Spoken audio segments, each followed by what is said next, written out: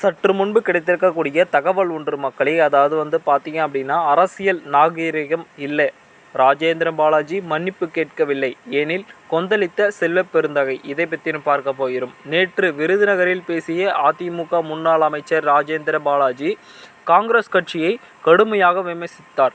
அப்பொழுது பேசிய அவர், பீகாரில் காங்கிரஸ் கட்சி படுதோல்வியை சந்தித்துள்ளது, ஏனில் காங்கிரஸ் கட்சி கலைந்து விடலாம்.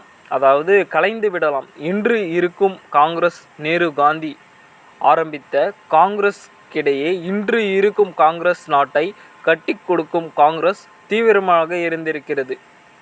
அதாவது நாட்டை பற்றிய கவலை எல்லாம் காங்கிரஸ் கட்சிக்கு கிடையாது. திமுக காங்கிரஸ் கட்சியை தூக்கி பிடித்துள்ளது, கீழே போட்டால் காங்கிரஸால் எழுந்துக்கவே முடியாது என்று தெரிவித்திருக்கிறார். இந்த நிலையில் ராஜேந்திர பாலாஜி பேச்சுக்கு காங்கிரஸ் இதனையடுத்து பேசிக்கொண்டிருக்கிறார்.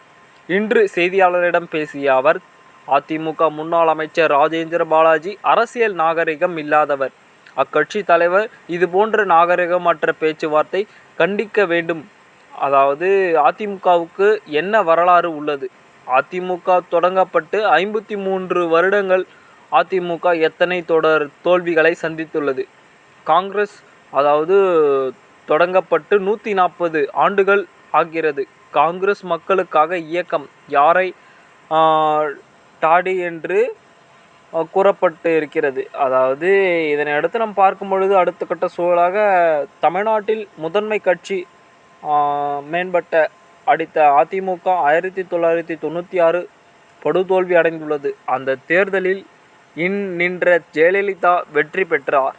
அன்று நாங்கள் அதிமுகவை கலந்து கொண்டு இதனையடுத்து பேசிக்கொண்டு இருந்தோம். இந்த ஒரு சூழலாகத்தான் அவர்கள் செய்தது ரொம்ப தவறு. அவர்கள் செய்வது நாகரிகமற்ற அரசியல். இன்னும் கர்நாடகாவிலும் தெலுங்கானாவிலும் காங்கிரஸ் கட்சி தான் உள்ளது. இப்படி நாகரிகமற்ற முறையை பேசக்கூடாது.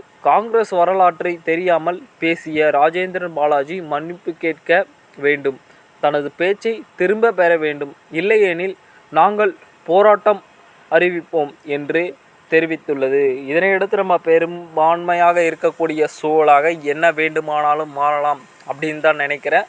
நம்ம சேனலுக்கு நீங்கள் புதிய பார்வையாளர்களாக இருப்பீர். சப்ஸ்கிரைப் பண்ணிவிட்டு சேனலோடு அடுத்த காலம் சந்திப்போம். நன்றி, வணக்கம் மக்களே.